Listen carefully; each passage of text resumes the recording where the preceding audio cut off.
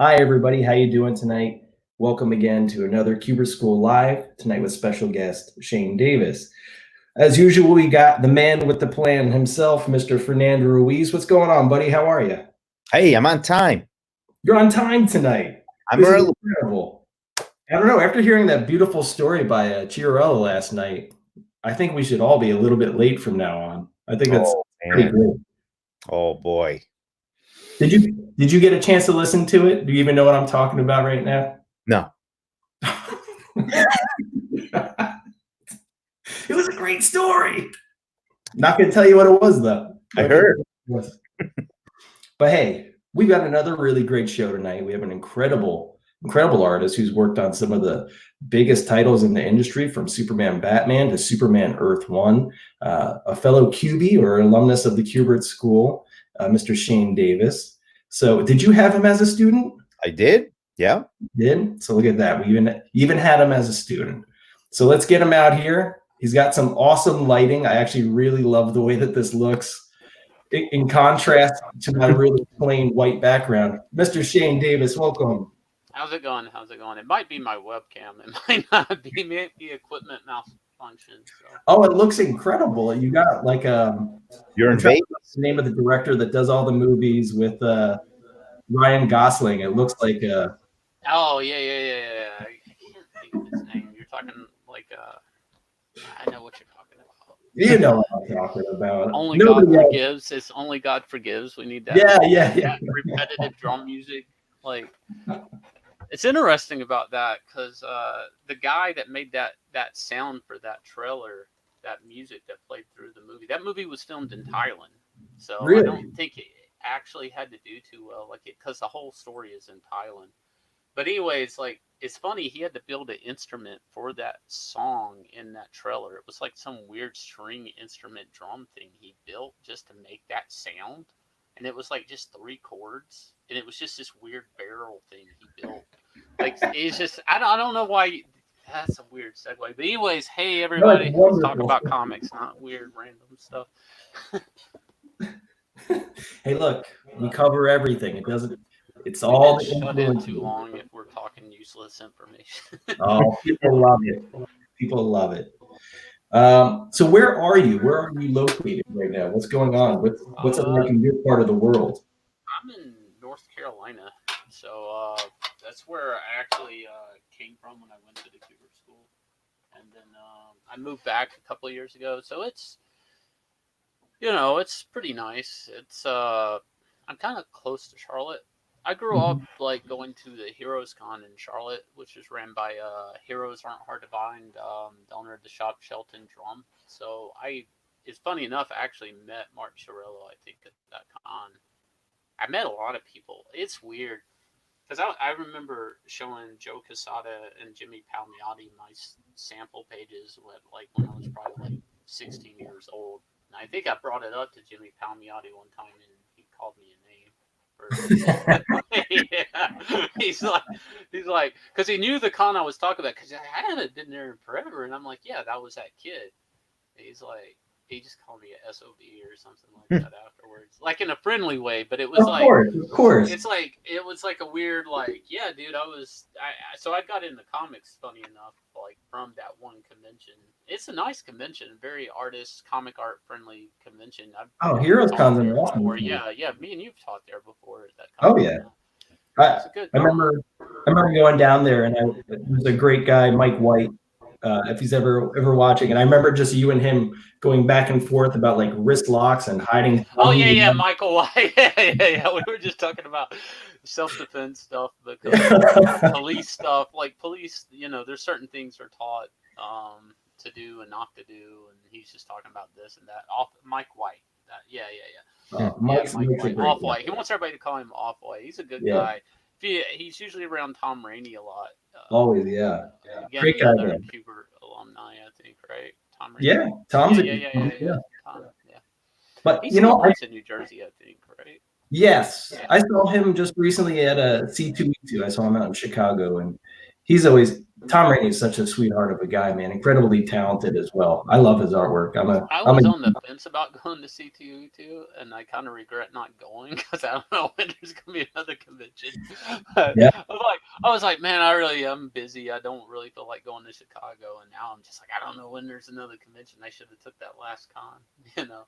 But I was on the fence. I almost went.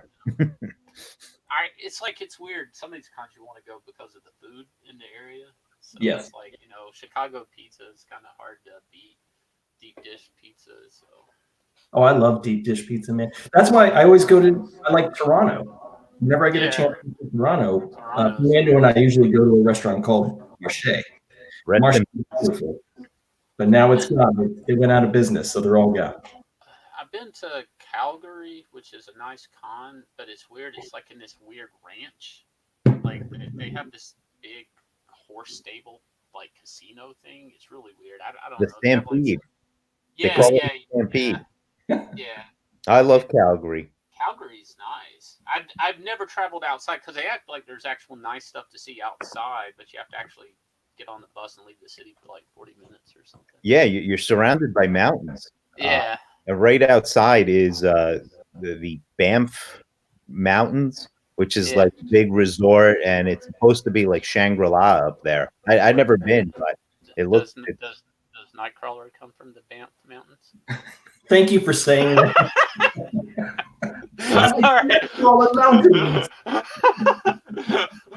I'm sorry, I couldn't. That's my favorite superhero, so I had to. When you said that, I just had to dig in on that. Do you go to a lot of shows, Shane? Do you try to do? I try not to anymore. I feel like I did early on, especially during the Wizard Con boom. Yeah. I don't know. It's like I remember drinking a lot at conventions when I was young. I'm serious. I would just. It was like it's like the older you get, there's just things you can't do. Like I remember somehow drinking and doing commissions the next day and rushing them all out, and just like I just stopped drinking for years. I haven't drank in years, and not that I ever had a problem. I was always a guy I had to socially drink, so like cons were like, everybody wanted to talk at the bar about business, and it was like, okay, so I'm gonna have to have a drink, and then everybody keeps drinking. They're shutting down the bar, and then everybody just wants to move over to the corner, and it was just like. I can't. I don't understand how I did it. Like when I was younger, and now I don't even. Now it's like an eroding rock in a river. At first, I could drink, draw, talk to fans, sleep on 2 or 3 hours, and do this for 3 days straight. Like, and you think about it, it's like that's normal. No, it's not. It's not normal at all. And then it's like I can't drink, and now it's like I can't handle TSA. Like, I mean, I just can't. It's just too much. It's like they're breaking your stuff going in, and then I remember this guy went through my carry-on, and he was opening every book, and I'm like, he's like, these are all the same, and I'm like, yeah. He's like, okay. It was like he was kind of like F you for making me opening the same book over and over again, and I'm like, dude, there's not. I promise you, there's nothing in them. There's no knives, no nothing. So like I don't know. It's just weird. Like, and then I don't know. My wife is from Singapore, so sometimes I go to Singapore and I'll live there for like 3 months or so. And I take my work with me, and it's just a time difference of turning everything in.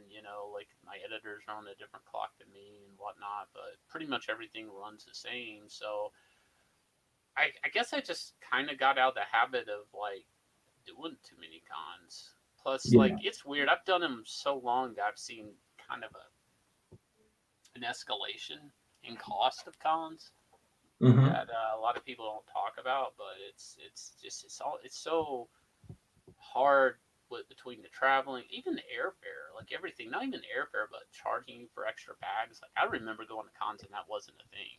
Like it wasn't like you could just take your bags, but now it's $60 because gas prices jumped up, and then like they never dropped it after gas prices went down, and it's just like every little chink in the armor of going to a con. So I like meeting fans, and I try to go to the cons where there's business stuff happening where like I may need to talk to the publisher or somebody Mhm. about a book I'm going on to or something, but for the most part, I haven't. I've been trying to cut back the last few years. I think the most cons I did in a year was like 8. And I've known people that did like 21 cons in a year, and I'm like, how do you do that? Like, do you do anything besides commissions at that point? So, Yeah, I was gonna say, do you take on a lot of commissions, or do you try to? no, I do, but then again, that I think corrupted the whole convention scene because, Yeah. and I ended up with a debate because in with social media and everything, it almost like at first it was okay. So first it was preview night. If you weren't set up on preview night or right there, like you'd have people, oh, geez, I've already spent my commission money. I didn't know you were here. You weren't at your table. So you kind of miss out because everybody would take off of work, like whatever it was, Thursday or Friday, and then go and pop their money down. Then everybody started doing the list online, and then that forces you to do that. And then I ended up kind of in an argument with some people, not too much of an argument, but I pointed out a good point. It was like, I think it was the SDC blog or something they were talking about, like, they would talk about con exclusives for toy stuff. And then one year they started saying, okay, well, here's, you can start taking pre-orders for SDC commissions. And I'm like, oh my God, now you guys are jumping the gun 2 months on this or something. Where Mhm. now I'm forced to now start opening a commission list 2 months before I even get to the con. I don't like that dynamic for a couple of reasons because you end up with a guy walking around wanting to get on your list, and you're like, "Hey, dude, it was open on my social media account and it filled up, so maybe I can work you in Sunday." And he's like, "Well, I'm only here Saturday," and it's like becomes like a juggling act if you can take them on, and that happens a lot. So there's been like, I feel like I know more about this than I should because I was making notes about it the other day, just how things have escalated in convention stuff. It's like everybody's getting to the commission list so much sooner via social media. And I even noticed, and this is what got me kind of turned off the cons recently, is I would start then taking all these commissions online, right? So then I go to the con and I'm like, okay, well, you're going to come by and pick it up? No, I'm sending somebody to pick it up, and it would just be somebody from CGC. And it's Right. like, my God, people now have skimmed this whole process has now evolved into a process where you don't even have to go to a convention to get a commission, Right. and you're just having. So, I mean, these guys are ordering commissions that they're too busy or they just don't want to get into the convention scene or the cosplay bumping shoulders thing or whatever. And that blew my mind. It's like, so we're one CGC away from not needing Artist Alley to do commissions. Do you remember your first show that you ever did? Like, what was that like for you? For anybody that might be listening, that's a new artist that's looking It was to actually a hear a Heroes story. Con. I was home one summer from the Kubert school. I lived like 30 minutes away from Charlotte, and I think I paid for, or it was the year after I graduated, and because I was still living in New Jersey because I was working for Telegraphics. I don't know if anybody Mm-hmm. knows what Telegraphics is on your show, but that's just in case people don't know. That was something that Joe ran with the U.S. military. So I was working with Joe. But I went home for the summer, and I would go back to New Jersey during the year or whatever. And I set up. I paid for a table at Heroes Con and just set up and did some commissions and just met some people and showed some stuff, talked to some other people, and I think I actually went to that con also with Doug Barron for some reason. Oh, that's fantastic. Yeah, I'm pretty sure it was Doug. Maybe we. No, what I mean is, I went. Maybe I was at home for the summer. Maybe I just rode down with him to that con or Anybody that's something. listening that doesn't know who Doug Barron is, Doug Barron was a longtime instructor at the Kubert School. Very funny man. Uh, Look him up online. You'll find him. Doug's great. He's got a beautiful goatee. Yeah, first time shows are scary. They can be a little intimidating for people, but they're a lot of fun. Well, and I think at that point, like, and I'm not trying to make myself sound like super old or something. I don't know if even at that point people were really selling prints and stuff. So it's almost like if you were an Artist Alley, it was more like your portfolio and originals for the most part. Maybe people were doing some prints. I wasn't though. Maybe I did. I don't remember. I don't think I did. Because it's so weird. Because I was thinking about so much stuff has changed, even to these blank variant sketch covers. Now almost all commissions, people want those, Mm-hmm. and that becomes a pricing issue because it's personally I would rather just do a normal commission if everybody wants like a sketch cover. And I've done a lot of variant covers, so I don't know if that causes me to get more requests for those. But what the problem with me in that is it started to then like again get to the point where I'm telling you I get people just ordering these for CGC to pick up, and I'm not saying that's a bad thing, but at that point the guy who's buying it, and I'm not knocking that, he can't be bothered to go to the con, but I mean I'm only technically there to give him the commission through CGC. I like meeting fans and everything. But it's weird. I've seen the cosplay boom at cons. I've been to cons all around the world too, so I've seen all different kinds of cons. And it's weird. I'll go to Heroes Con and it's still the same con basically Mm-hmm. that I went to when I was 13 years old. He's probably the one person that really never in the convention scene. I would say he went through the Wizard boom of cons and came out on the other end of that, and because they were even challenging his con at one point in time. I think they were trying to invade his territory. It sounds like a turf war, but I think Blizzard actually did, and it was some weird thing where like a lot of creators had to take a poll of which con, like they had to pick like between two Christmases or something. It was really Sure. something weird. Like it was like, am I going to go to Heroes Con or am I going to go to this Wizard Con? And a lot of people sided with Shelton. Well, Shelton runs his con pretty cool in a way where he'll do like what he calls Indie Island, where it'll be a lot of indie comic stuff compiled in one area, and then they'll move into. He groups people together in weird things because that's a weird con I like a lot because there's a lot of people with trolleys of long boxes because they're going around getting a lot of books signed because it's not so much celebrity stuff or anything. It's just genuine comic stuff. A good place to meet artists, a good place to get portfolios. Because that's what I was doing. I was getting like Quesada or Palmiotti or Marcharello or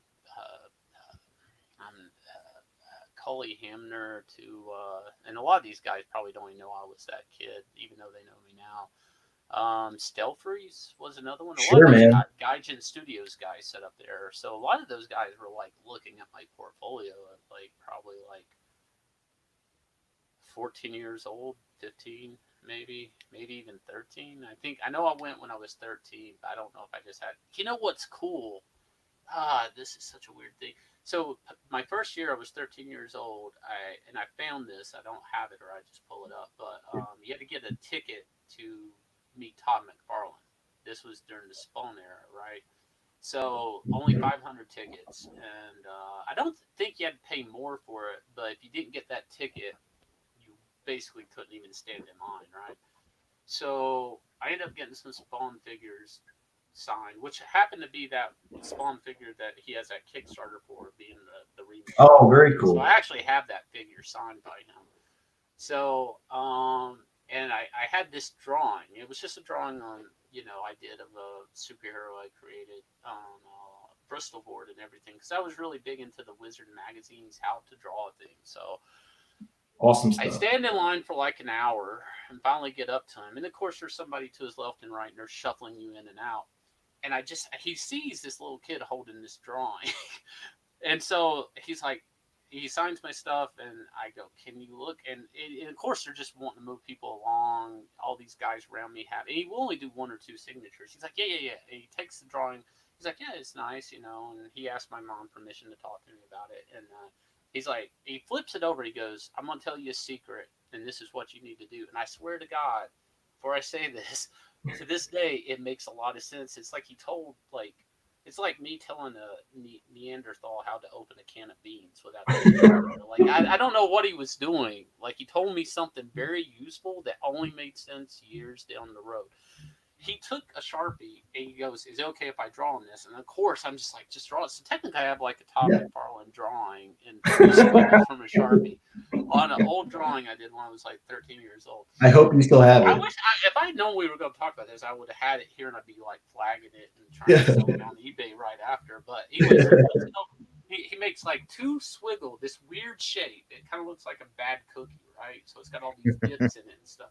He goes, when I draw Spider-Man, he goes, and when I, and it makes sense if you go back and look at Torment and all that Spider-Man stuff. He goes, I make a dynamic shape, an interesting shape, and then I just try to fit a figure inside that shape. Now, keep in mind, I'm trying to learn how to draw a figure to save my life, and I'm 13. I don't know shit. And I'm sorry, I shouldn't have said No, that. you're good. But You're good. anyways, he just told me exactly why his Spider-Man stuff was so appealing to people. Is he was fitting and crunching Spider-Man up into these shapes that were good for the page. Like it was a dynamic shape for the page, and then cramming Spider-Man in there like if you were trying to put a dead body in a suitcase. Like, I don't know. But it makes sense if you go back and look at it. And I didn't know this until years later. And I'm like, yeah, this weird Todd McFarlane, like he was just, because I didn't understand what he was saying. Like, I knew what he said, but I didn't understand, like, I don't even know how to draw an elbow. How am I going to? This doesn't help me right now. That doesn't help me on this level. Like, that's like something like, hey, kid, if you remember this, like 20 years down the road, like, maybe you can get a figure to fold up in a nice shape.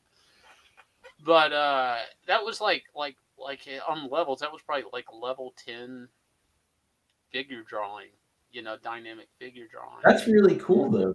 I've heard a similar story with Kirby, is that when he would do his pages, he wasn't really worried about, how he doesn't really keep everything anatomically correct. It was more so just about the actual shapes that were, don't worry about the arms and the legs and that. If you just look at his pages, it was based more on the shape and composition of the panel, making it visually interesting. There was a page I came across to Kirby, and that brings up an interesting thing. And I asked somebody in this Kirby forum, because I've listened to documentaries on Kirby. I know he fought in World War II and stuff. And I wonder if like Kirby wrestled. I know in high school or something. And I'll bring this up. It was like Namor versus, I don't know what this page is from. So I'm not gonna quote the issue, but it was Namor and Iron Man fighting. I'm pretty sure. And you know how Kirby always has like a figure kind of coming at you but open hands? Yeah. Like or maybe there's a fist ball, but they're posed. They're never upright. They're kind of leaning forward. Yeah. And that's kind of like a wrestler stance and the open hand thing. But the weird part about that one page is they started grabbing each other's wrist, which was a weird thing.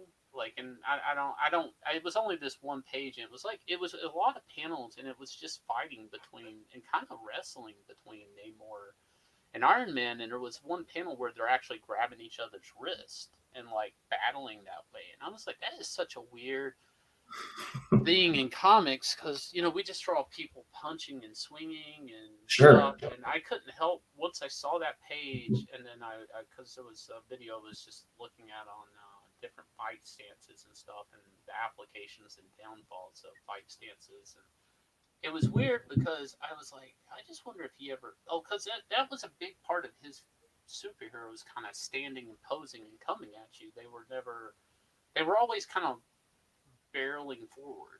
It's more like a professional wrestler, if you think about it. That's why I'm not talking about WWE. I'm talking like high school. Like, I'm thinking the opposite. I'm thinking more WWE style, that sort of initial lockup.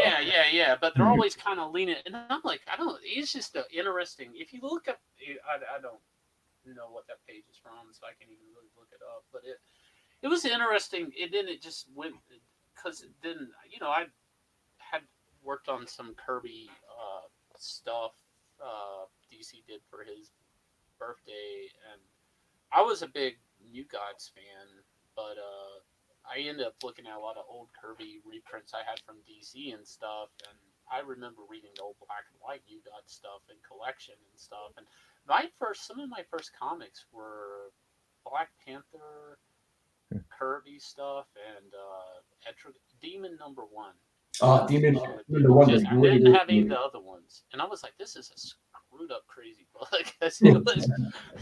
It was like, it starts off with Camelot on fire, and like Merlin, like cursing Jason. It's like not what you would think. Like for a book, it was just weird. And then it had one of those weird old Kirby people with the weird mouth. You Oh know what I'm yeah. talking about? Yeah, With a yeah. little Where bit no, of it's like over- Granny Goodness mouth, where it's like smudged out. You know, I was like, I was just like, this guy's on another level. Like, you know, It's really cool. So would you say that, I guess, Kirby and who else were like your earliest influences? I know you said McFarlane as a kid, but yeah. Well, it was hard not to get into McFarlane because I got into McFarlane, which I feel like it echoes a lot of the stuff going on in comics today. I got into McFarlane because they had a spinner rack at my local Walmart or something, where I could buy. I was actually into Ron Lim a lot, Silver Surfer and Jim Starlin's, like not even the Infinity War stuff, but the I guess it was the stuff leading up to it.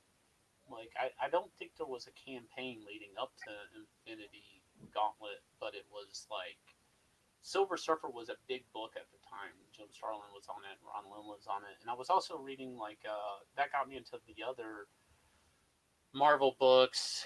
And Eric Larson on Spider Man and Todd McFarlane on Spider Man were big things for me. And of course, then like came X Force #1 in a plastic bag, you know. So like I just had to, you know, ask my mom, can I buy this thing in a plastic bag? Which for this tells the fact you're giggling and Fernando's smirking. It's like a lot of people probably don't understand. Like dirty magazines were in plastic bags, so like sure. you know, that was kind of. I wonder if that was actually That's helping a really sell. good point. Somebody brought that up somewhere, like you know, because I remember my mother asking the cashier if it had anything bad in it. Like it was like a thing. I wonder how many times that happened. How many kids had to get their parents' permission to buy a magazine in a plastic bag? This book is so extreme, we had to seal it. They had two cards in the back of it, so I It was did. never really big into Rob Liefeld, but McFarlane. I got all the This is what got me into McFarlane. I got all the Torment books in one shell case that Walmart was selling. It's like Marvel had overprinted the initial run, so I basically got like McFarlane because I hadn't been buying the other Spider-Man stuff he would do because it was like 3 or 4 Spider-Man books would come out and it was like you had to get Web of Spider-Man, Sensational Spider-Man, Amazing Spider-Man. So if I didn't want to, like, I would end up reading these horrible Spider-Man books with like vermin or something in it. And I would just pick the bad one and then stick with it until I was done with that story. So I had never gotten Todd McFarlane Spider-Man until I got the that shell. So it's basically like somebody handed me a trade. Like I was able to sit down and read the whole thing in one go. And of course, I like stuff like Ghost Rider and had the Kubert stuff on Ghost Rider. Sure. I think Joe inked Handy on some of that, right? Joe did some of it. I know Yeah. Adam was doing Adam and Andy, but I think yeah. Joe was inking Andy on that or something. But I had a lot of that stuff because that stuff kind of a lot of those dark characters were kind of cool. Venom was kind of cool, and Ghost Rider was super cool. But then at the same time, Silver Surfer was super cool. It was a weird time in comics. I really wasn't given access to any DC books for some reason. All I was just going to ask, all did you Marvel. completely not like the DC characters at that point in time, or were you just No, it was like the news racks for the most part were all Marvel. They were just dominated by Marvel books. I mean, I remember seeing. I got into Green Lantern at the worst time. I got into like the Kyle Rayner stuff. Like Zero Hour was going on when I was getting into comics, so I Zero ended Hour? up just like, hey, here's Hal Jordan as a bad guy. Like I never really got to know Hal Jordan. Like, and then here's the new Green Lantern, which is Kyle Rayner. You know, then I like the slow shake of disapproval as you look up. well, it's like I mean, just remember how they sold it to you. It was just like, hey, he's new, okay, and that was it. Like I don't remember them ever saying that he was an artist. I remember that, but that's you when know, they were doing everything new. I mean, yeah, that's Superman what I was was saying. So million. the death of Superman, I remember Yep. hearing that on the radio, not even in the comic shop, but just hearing about it on the radio, and and I didn't even like Superman really, like at the time. So to me, it wasn't anything. I remember buying Steel though for some reason. Like there were certain books and certain characters. And it's so sad too because I actually liked Steel a lot. I'm like not the Shaquille O'Neal movie or anything, No, but that's a horrible movie. that's a horrible movie. But I actually liked like Steel a lot. I thought that was actually like probably an underdeveloped character for DC. Like They did a nice run with him. He was fantastic, and then he was like they tried making him more like into like a scientist sort of a figure later on down the line, and he featured heavily in Superman Man of Steel. I think Doug Mankey was working on him at that point in time, and it looked great. I'm a big fan of his artwork, and it was pretty cool stuff. yeah, and then the whole Batman breaking his back thing happened. Yeah. You know, Bane, and it's just then Azrael, and it was just, it was a weird time to be a comic fan on the DC end. I think at that time because if you look at it, Marvel was like, you know, having all these Image successes. What would be the Image guys having successful runs on like X-Men #1 or Spider-Man #1, and it seemed like maybe then my timing is probably all fuzzy, but as a fan it seemed like then they go to do Image, and then all of a sudden, and Marvel was doing it like Thunderstrike with Thor and different things. And I remember, you might remember this, Fernando, but Thing had spikes for a minute. Yeah, yeah, I remember. I think he had a bucket head because Wolverine scratched his face. Remember that? Yeah. They couldn't do enough to the Thing.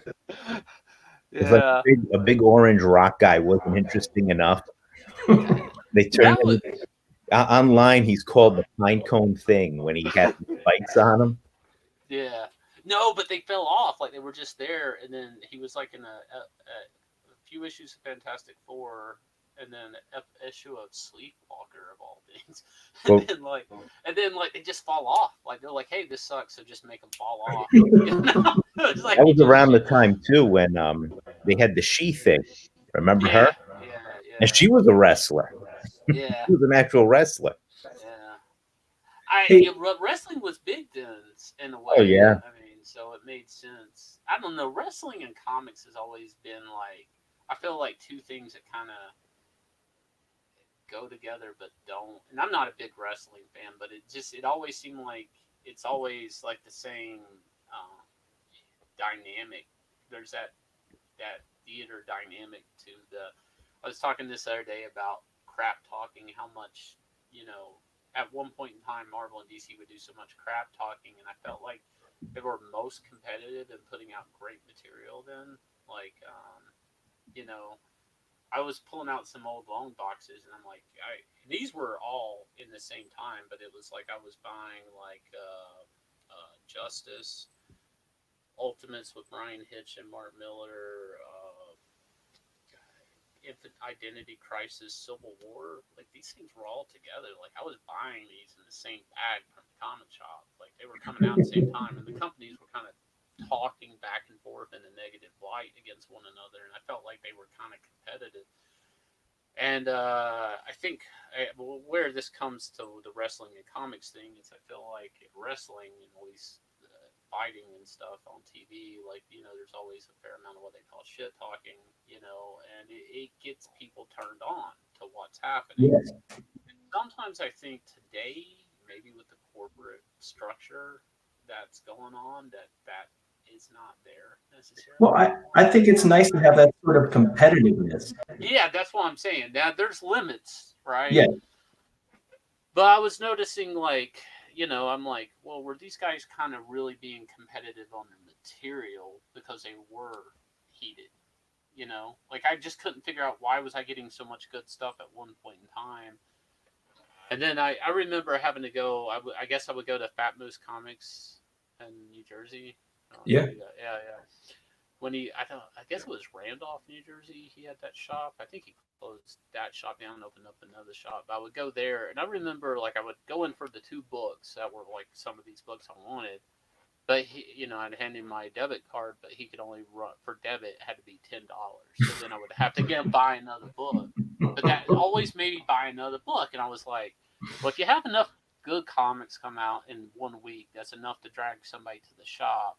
And then if you do what he did to me, you're gonna make me buy another book I don't even want, Sure. just because I'm using the debit, And I wondered. I don't know, because I've moved a couple of times. I've had to go through my books or move my books, and I start to see like, why was I buying so much here and not so much now, and different things, and it's just interesting, like, because timelines of what you buy get all jarred up, and at least to me, like, I'm not looking at, I haven't, whatever I have, I don't look at the dates and time and stuff, but it's interesting. I feel like we went through all different highs and lows on some of these things. When And you you've been a big part of a lot of the highs, though.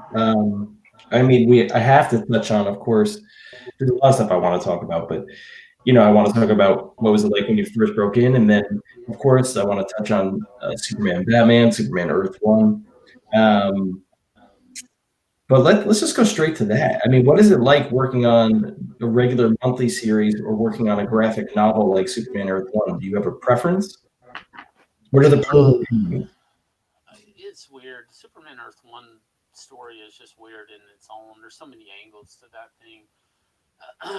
I From everything to everybody telling me I was gonna. I mean, literally, I was thinking about this the other day because I was gonna do a commentary video, because a lot of people don't know really what went on behind the scenes on that book, but that's a long story.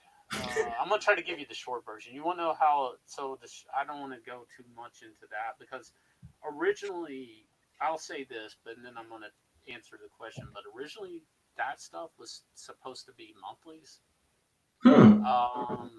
and Paul Levitt said no, and then I ended up working on Superman Batman. I was originally supposed to do like an Earth One Flash monthly. A lot of people were going to be doing it.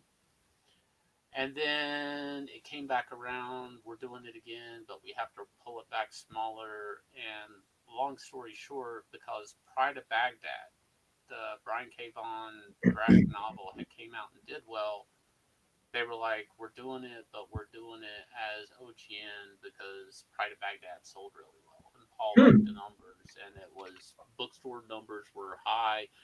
And there's the interesting business model to that stuff is it was hard for anybody to get real world book reviews like the Chicago Times or anything like that for a kind of one main reason, but a couple of reasons. One, the reviewers felt like it wasn't a real book, and if it was even collected into a trade first, like second, like it came out in singles, then collected into a trade, there have been so many online reviews that their review was like not like they were coming in second, third, fourth, fifth, last, everybody Right. having an opinion.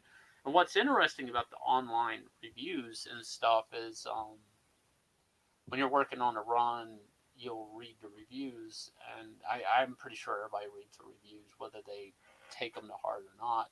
But people start trying to criticize you, and then they start to foreshadow what you're already doing, and say you should be doing what I'm saying because I'm the reviewer. So I don't know if like I don't. So they wanted to go into graphic novel, one because it sells on that, but two, they wanted like genuine reviews by these bigger New York Times, New York Post, whoever, Washington Times, like all Mhm. these, genuine book reviews. So that meant that they had to have the book done for 6 months. So to do a graphic novel and you want to do it right, you have to have the book done for 6 months. Part 3 of those months is for printing. Part of the book market, you have to run what's called a galley. So it's kind of like a makeshift version of the book put together. And I still have some somewhere. When I do my commentary, I'm going to see if I can find them and pull one out. But they'll usually say not for resale, and they're there for people to run reviews. Now, in Superman Earth 1, they printed up the soft cover, and they only had like 8 pages they could do color. So they just picked the middle of the book where the spine was and put those color pages in it. The rest of the book was black and white, and then they would give this out for review. They printed up a bunch. In a way, it's all up for reviews. It could be anybody from Max Brooks, who wrote World War Z, to a director, the guy that wrote Man of of Steel. I can never remember his name. He wrote the Blade movies or Blade. Oh, David Goyer. Goyer, yeah, Goyer. Yeah. So you'll see people throw quotes on that, and that's because they had the galley. Now, once they do the galley, then they take the quotes they want, and everybody has a timed review. So all these reviews from all these places are gonna pop up when the book's street date releases. It's an interesting dynamic because nobody really is primed in comics to make books like that. Like nobody knows how to do that. So like I was always pushing to get more script and get done. I was never ever, and I've drawn 3 OGNs before in my life, and I've never been given a full script.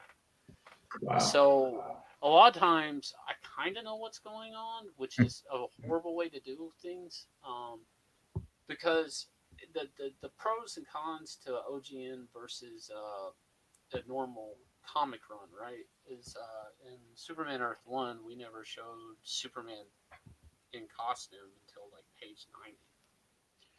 And everybody I was working with or knew thought I was just killing my career in general by tying up my time on OGN that would take so long to get out even once I was done because of the 6-month galley and all this, right? And you gotta keep in mind you're doing all this work for a one-time release too. So yeah, there had been some OGNs happening through Vertigo, again trying to follow that same formula, and I don't know if they ever caught on. I don't want to name them, but there were a few by people who were like really good artists, and they would come and I would get them in the comp box, and I'm not even sure if the stores ordered them. I don't know if the real book market ordered them. It's like really weird. So that book I was talking to my wife about because we were talking about some other printing details of things, and I was telling her what happened is that book sold out the first week, and then DC had to take the guts because you have to print the cover on its own, the hardcover, right? Right. So hardcover is manufactured on its own, and that can take 2 to 3 weeks just to make a hardcover. So then it sold out, and DC ordered more of the hardcover, but they didn't have to order more guts because they had guts laying around for the soft cover. So when they did put it out, even though it was technically a second printing, it was a second printing of the hardcover, but a first printing of the guts that were manufactured. Like it was totally nobody hedged the bets. Nobody thought it would do well. They thought it would do the numbers they wanted for that, but they didn't think it would actually sell well. Like they just thought it would get into the book market, get some real world reviews. I even had a point 40 pages in where DC was like, "You want to just put this down and go on to something else?" Not because of anything I want to do. It seemed like they wanted me to get off of it. They just wanted to kill it halfway through. There really wasn't like a lot of, and it's weird. It's almost like it happened because it was its own thing that nobody was messing with too much. Because I'm gonna do a commentary about that because there are so many stories. I remember the editor I was working with. I drew a design, and it's in the book, and I submitted in, and his comment was, "Well, shouldn't he be in a leather jacket like Smallville?" And I'm like, "Well, he's 21 years old, and he's moving away from home. I'm pretty sure you don't wear your leather jacket outside of high school." like I had that was a real email, and then I remember my drawing of Jimmy Olsen, and it was like, "Well, shouldn't he look like Superman's pal?" And I'm like, this is just a new imagining, and he's supposed to be an on the edge. JMS wanted him to be an on the edge, like risky go getter reporter. JMS was very particular about the newspaper side of things because JMS, a lot of people, he came from a newspaper background. Like that's where he came across the what was the name of the Changeling? That's where he came across that story is when he worked in the newspaper. Oh, the Angelina Jolie. That's where he came across that story. Yeah, was from being part of a newspaper. So he was very adamant about Jimmy Olsen should be this adrenaline junkie type, jumping in front of dangerous situations and maybe almost getting killed, but not flinching because he's got to get the right photo. And he played that up in the book, and there was a scene where I think he almost gets crushed by a robot. And that would be the one thing I would say to artists: don't ever draw robots. Nobody ever remembers robots. I drew so many weird robots in that book, and nobody ever remembers a robot invasion. And it's like I drew all these robots for nothing. It's like Oh, they looked great. They looked great. yeah, but nobody ever says, "Oh, those robots, that robot army." It's like just whatever. And that was interesting too. I had so many arguments on the book, and I'm gonna do in the commentary. But it was even a point. I was working with the colors from another country, and she painted the robots red and white. And I was like, well, they look like ambulance robots. And I'm like, they look like they're coming to put band-aids on everybody. They're coming to fight the corona, like this is for the corona. Like it's an alien invasion of robots. So, I mean, I know, like, I don't know how much you know about, like, over other countries, but they have different emergency colors. Like, if you ever Yes. see police in Britain, they wear, like, blue and yellow or yellow. It's, like, a really weird, their cars kind of look not like police cars. Like, you just don't relate those colors. So maybe, I was like, red and white probably, it means something different here. Or the colors didn't speak great English. She was Italian. So I kind of showed her some examples of different robots colored different ways. Most famous one I can think of is Ratchet. Was it Ratchet or is it Red Alert? What was the Autobot that was the same as Ironhide, but he was the medic? Oh, I wish I am. Secrets coming out now. I'm not a big Transformers guy. I'm sorry. Anyone that loves Transformers, they've let you down. There was so there was Iron. Well, that's the most famous. They're the same toy, but one's colored like white and red, and all it's saying looks like a medic. And I was just like, look, you have to color these robots a different color. And I remember my editor again, like kind of rolling his eyes at me, like I was being too picky. And I'm like, look, they're supposed to kill things, not put band-aids on. Sure. I got some questions. Go ahead. I'm gonna throw to you. They're coming in from from the audience. This is a two-parter. Shane, would you recommend artists do at least one graphic novel in their career, considering the young adult graphic novel market and its growth? Okay. So the young adult graphic novel stuff, and I'm not so sure how many people understand that market, and I only understand it because of friends for years talking about it. A lot of the young adult stuff, I do recommend somebody do a graphic novel, but you have to understand the storytelling. Like I was saying about this answers that question, but answers your question. So in a normal book, you need to show like your guy in a costume like almost every issue. In Superman Earth 1, we didn't have to do that until the ending. So we got to basically, if you do a graphic novel versus a normal monthly book that's collected, you have kind of like more of like what I would call like a straight narrative. Like, you end up with your setup, your climax, your resolution, all that stuff. Like you just from like a straight, you don't have to, like, it's, I don't know. It's kind of like a Batman movie where maybe, once Bruce Wayne gets in the Batman costume, you just run the rest of the movie and that's your story. Like you don't have to have him in, out of suit like you would in a monthly comic. So I do think that's what I mean is it's a different storytelling dynamic than the monthly comic because every issue I do on the monthly comic, which I've done multiple monthly runs, I have to look at every book. It's like, where's my money shot?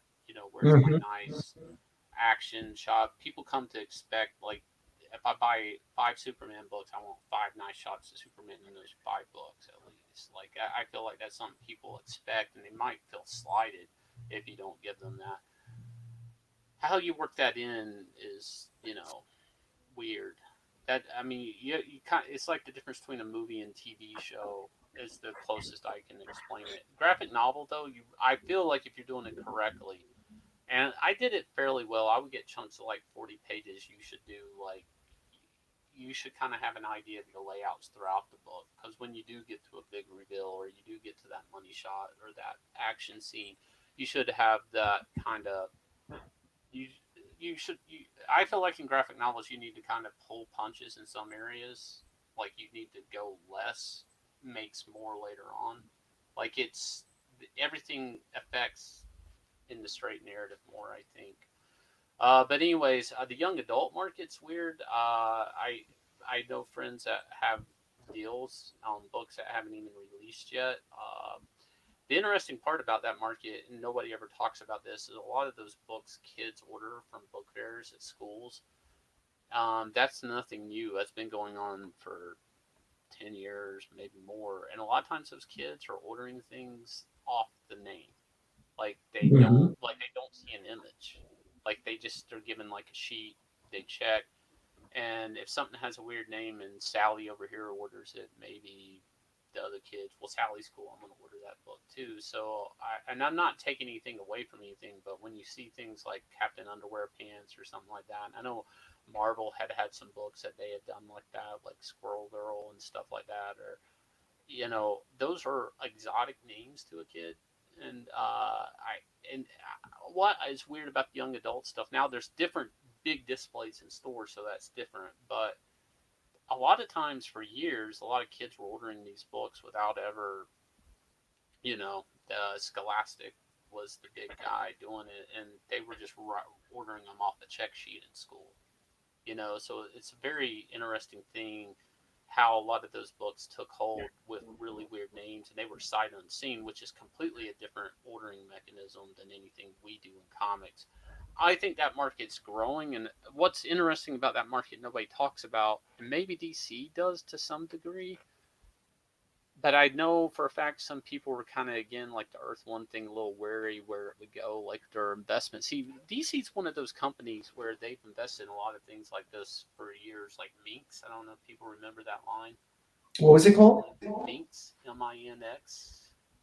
I don't remember that. See, that's my point right there. It was a type of Vertigo. I think Shelley Bond worked on it.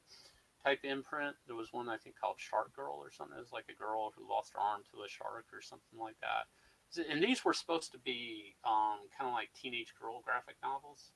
They were manga size and black and white, and maybe they all had a general release, and then they never had sequels on any of it. DC and what was that other name? They would do the big book stories, Fernando. Like the short stories. The Piranha Press stuff. Yeah. Paradox. Was it Paradox? Paradox. Paradox. So DC's always diverse into these type of things, even if they didn't last. Like I don't, they've always done that. I remember even with the manga boom, they got in on the manga line. But so, anyways, I'm just saying they're diverse always on these things. If you look back through the years, they've always tried to get a toehold. Like even when they were doing some manga imprints, they were the bad manga nobody wanted. And from what I understood, the publisher at the time, Paul, was doing it just in case American manga became big. Then they already had a channel to Right. manufacture their own manga. Webtoons was another one. Like you could just name these all day. DC's always been diverse on these things. So with the young adult thing, they're smart to get in on it, and I think it'll do well. But the thing that people aren't really, maybe DC is to some degree, is what happens when these people age out. Do they just start buying other DC books?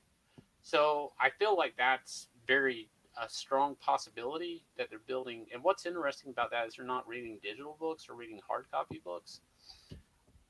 But what happens with that format? Like they're going to be okay with a monthly comic? I don't think so. I don't know because they're not the young adult stuff. They're not reading that in that type of monthly installment. So they're ingesting those stories back to what I was saying on the Superman Earth One thing, which is a different story narrative where you just go A to B. They're not popping in costume every 20 pages.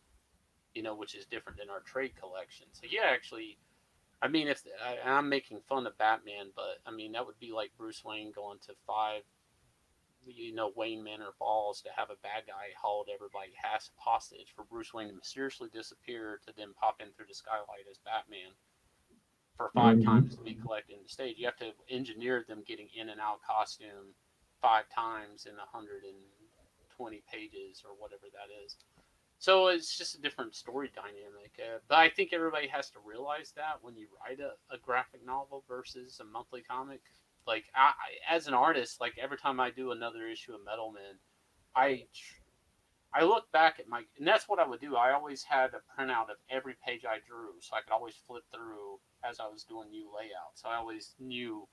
So by the time I'm drawing the last 10 pages Superman Earth 1, I'm actually looking back at, the 120 pages. So, which is kind of tedious. It's not as hard as you think. I'm just flipping through it and making sure I'm not being too repetitive.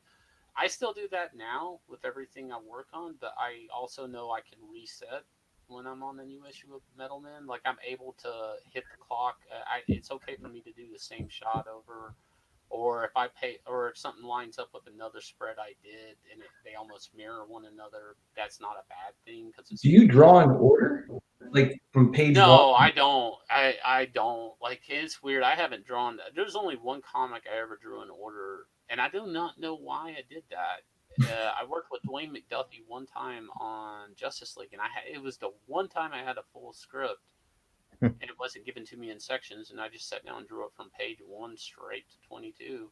It was Wow. the only time I worked with Dwayne McDuffie. Never had a chance to talk to him, and it was I don't know if it's the way it was a well written script, but it wasn't anything super crazy happening in it. It's the only book I've ever drawn. So I jump around a lot. I try to mix, and the reason I do that is because I don't want to. There's so many bad mistakes of doing that. I try to keep an even workload, so I'm not killing myself in one batch of pages versus another. So I'll try to chop up some heavy pages, but whatever. Also, to keep me fresh, so I'm not drawing the same. Like if I end up with a 5-page dinner scene of people talking, or like in Middleman, we'll end up with scenes with a lot of characters standing in a lab talking about something. So I'll try to cut that up with fight stuff that's later on in the issue, but I'll have those laid out. And like I had to draw a chemo recently for so many issues, and I really hate. I really that was a character I always wanted to draw, and then I hate him now. Like Oh that's the worst thing, no! dude. I hate the characters like that. You think are fun to draw, that he has no face, Yeah. and then I'm trying to act him out, and it's like he really doesn't even have much of a body, and then he has sausage fingers on top of it. So then they're just always like these, and it's just like I could not. It's like at best, and he's so big. So I had 2 fight scenes with him within like 2 issues, and I'm just like, he's just a prop. It's like I'm drawing a mountain, a Jello mountain, and people just running around him, and it just. I don't know, like stuff like that. I was cutting up because I'm like, I want to puke drawing chemo at this point. And it's just like I've had it. Like I can't do anything with his face. I can't, I can't act him out. I can't, and I like that. And keep in mind, the whole book is me acting out these different personalities too. Like this character's always scared. This character's always angry, and then I end up with a blob, and it's like, geez, it's like So you heard it here first. When DC comes out with the new chemo series, Shane wants to draw it. He wants to do the chemo series. It's gonna be great. It's weird. Like, and I really wanted to draw that character too. I was like, oh, that's a fun, awesome looking character until you actually sit down. And every time you have to draw his eyes, you have to break out circle templates. It's like, that's not fun. That's not fun. I mean, you can do it, but every time you're having to do the trick where it's like the one circle inside a circle to get depth thing with the template, and you're doing that every time, and then you're trying to get a face out of it, it's like, it's just like, it's like trying to, like, sing algebra or something. I don't know how to explain it. It's just like. Were you drawing the chemo with like the bionic implants? Because I know they've armored them up a bit. Okay. No, they wanted to keep the one design they've had for years, not the old one. I had to draw a flashback to the old one and draw the weird where he looks like the Easter Island head thing. Yeah, well, he had nothing. That guy. I drew that for a second. No, it was the one with the cybernetic parts where you have like the goggle eyes and the weird. And I even kind of gave him a dough face. Hang on a second, I probably have it.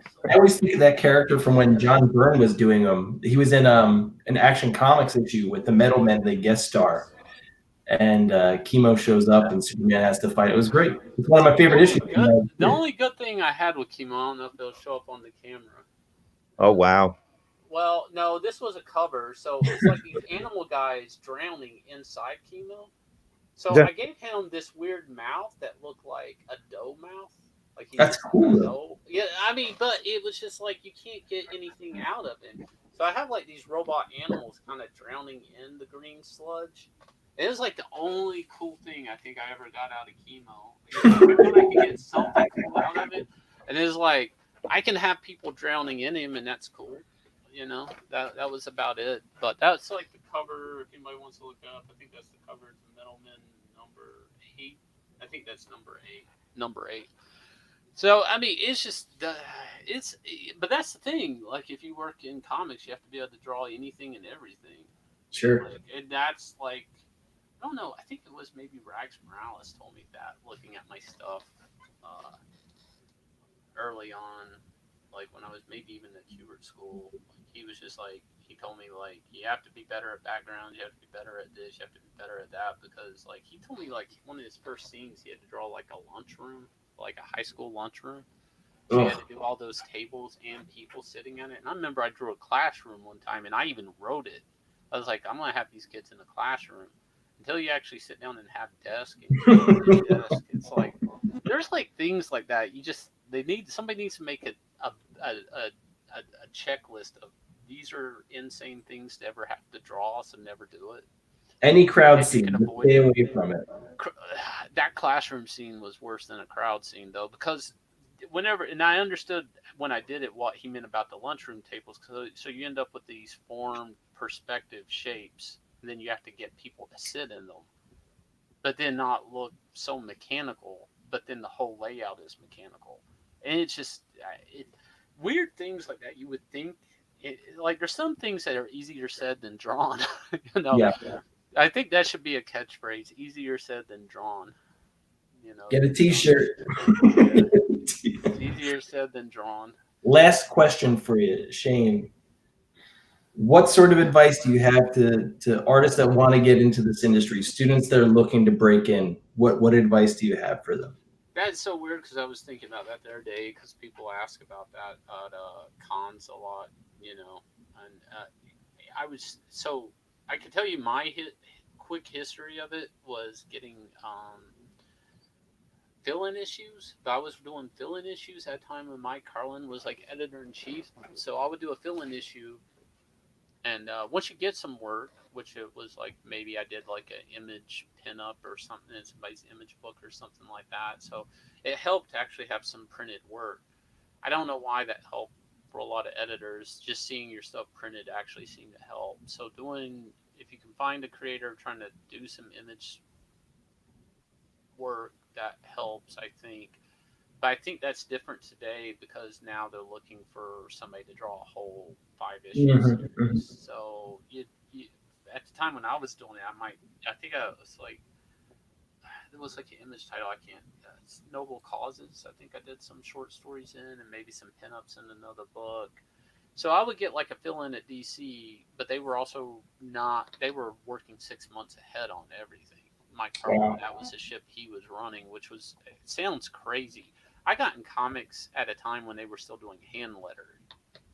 Like it was a thing. Like computer lettering was just now coming out.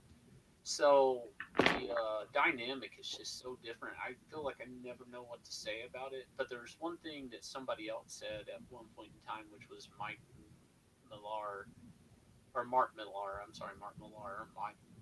Mark Miller. Is it Millar or Miller? We're gonna leave that to be the question of the night. Okay, so and I I'm know not gonna Mike, and take I that. talk to Mike in email every now and then. He's genuinely keeps up on a lot of stuff in comics, and he's just super busy with all his stuff. But if I said his name wrong, I'm sorry. But anyways, he said like years ago, and this was probably around the MySpace boom. So I still so old, but the internet was so booming then, and everybody was making websites, and it was so easy for people to get their stuff out there.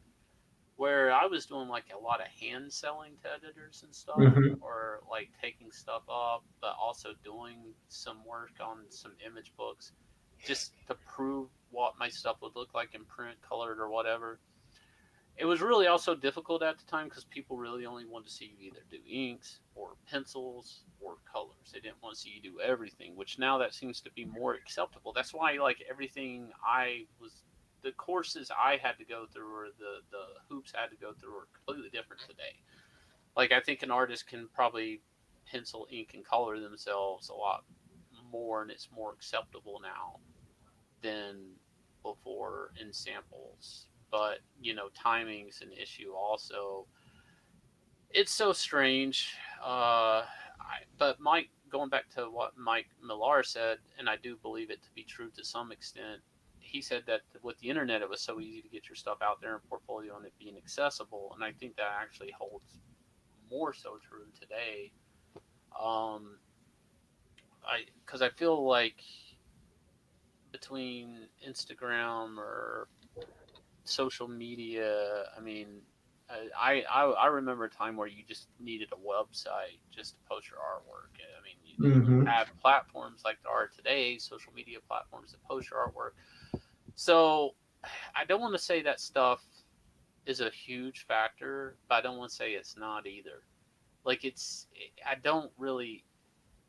I even think an editor recently told me, yeah, I'm working on these books, and there's a lot of people, I don't want to call them, they said they would come from Instagram or stuff, but they were artists that maybe, they were working on maybe some kids' books or something, but they had Instagram stuff going on.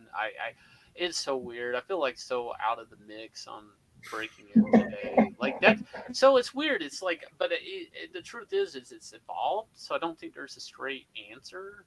But at some point in time, no matter the way you showcase your work, whether it's hand selling it to an editor, mailing samples to an editor, Instagram or something, somebody's gonna have to try to figure out how long it takes you to do something to make sure you're reliable to get a job. So some of my first work, I was some fill-ins where I was basically waiting for other people to goof up, but I was also, what worked against me at the time was the trade boom. So everybody wanted, which is completely opposite than today, everybody wanted 6-issue arcs of everything. Everybody was like, bookstores are ordering comics in trade, so we're going to do like, here's a Venom series. I would like to hire you, but I can't because I already have 2 artists working on 12 different issues of Venom for 2 trades or something like that, or 10 issues by 2 artists. So it was just hard to even get fill-in work. Whereas today, I think everything in scheduling and everything is such a mess. I think there's tons of that now, probably more. So that's what I'm saying is I've seriously I've answered this question a million times, and I don't think I don't want to say that answer changes, but it does on the market, how people are operating. It totally did with me, because I had a hard time getting in just because everybody was like, we're making solid trades. I know, and some of those books I was talking about before, I don't know if you guys, they don't know it now unless you were buying it monthly, but a lot of those books would just miss ship just to get a solid arc.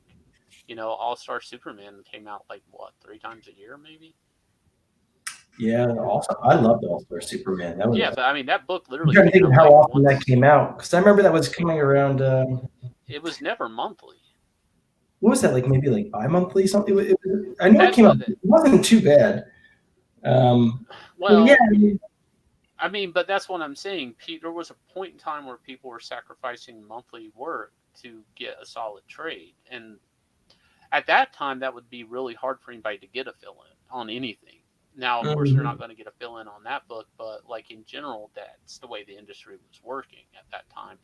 I feel like there's a lot of opportunities for fill-in work and stuff like that today. At some companies, I don't know, but crowdfunding is a whole different thing that I think it's going to probably come up pretty hard and fast. And the problem with crowdfunding is you need a platform, whether it comes from like something like Instagram or YouTube or something like that, to again do what I was doing, which was hand selling your stuff to editors, whether it was like whatever. I also did a lot of licensing work for DC though, which was like product images. So, you right. know, there was a lot of that where I would get a fill in, and I was doing a lot of licensing images, and people were seeing that, and it's like, well, why don't you hire him since he can do narrative pages? Because it's weird. Garcia Lopez did a lot of that for years, so they were doing We like talked about that last night. yeah. So that's interesting stuff about that stuff is they always need new stuff to sell. They basically compact like style guide stuff onto a CD, and then they sell it to a company, and then the company they have all the figures separated. There'll be some backgrounds in there, and there'll be like logos, and then there'll be like some Batman insignias or stuff that they maybe just want to mess with, and they basically take all these things in layers in Photoshop, and they make their T-shirt pattern or whatever. So they call it a style guide, and basically that's that disc set with all those graphics. So they kind of need to always update that because people are always wanting a new Superman shirt or a new Batman T-shirt or something.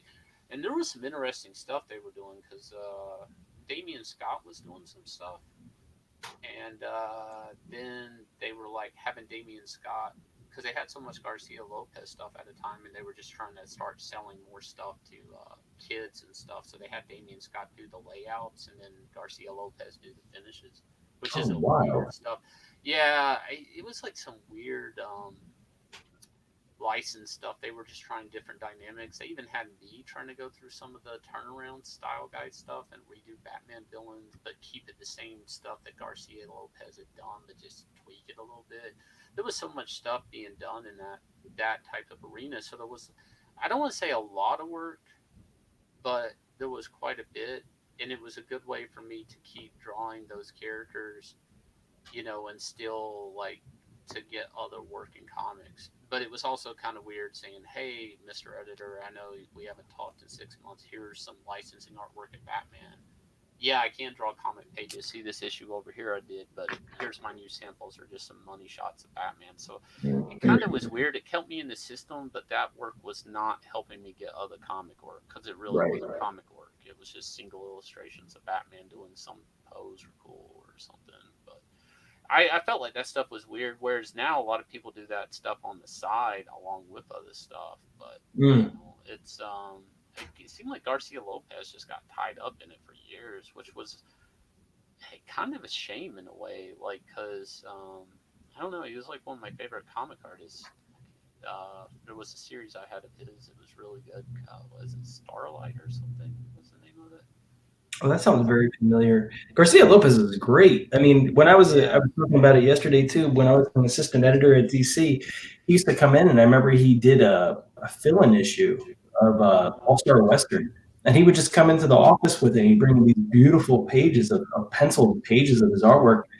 They were incredible, and I was so happy when we finally got them to go to print and put them out because he's such an incredible storyteller with his work. He's a master. There's a Batman black and white story he did where it's like Batman and Alan Scott Green Lantern. That's really nice. It's like them at like a theme park, like a roller coaster or something. It's really weird. It was like a cool story just because it just wasn't Batman. And it was also like a character I don't remember seeing him draw, like Alan Scott. So it's a really cool story. It's weird because I remember talking to Joe about it. He was like, well, it's good, it's work. But he said be careful about the licensing stuff because it can cause you to lose your chops on other things. Yeah, you used to be doing standalone images. Well, it's not that. So it's partially that because at the time I also then was doing some Marvel Age books for Marvel that was sold directly to Target. And there was like guidelines that they would say, like basically you can't have people with no tattoos, no knives, no guns, no piercings, like all these things.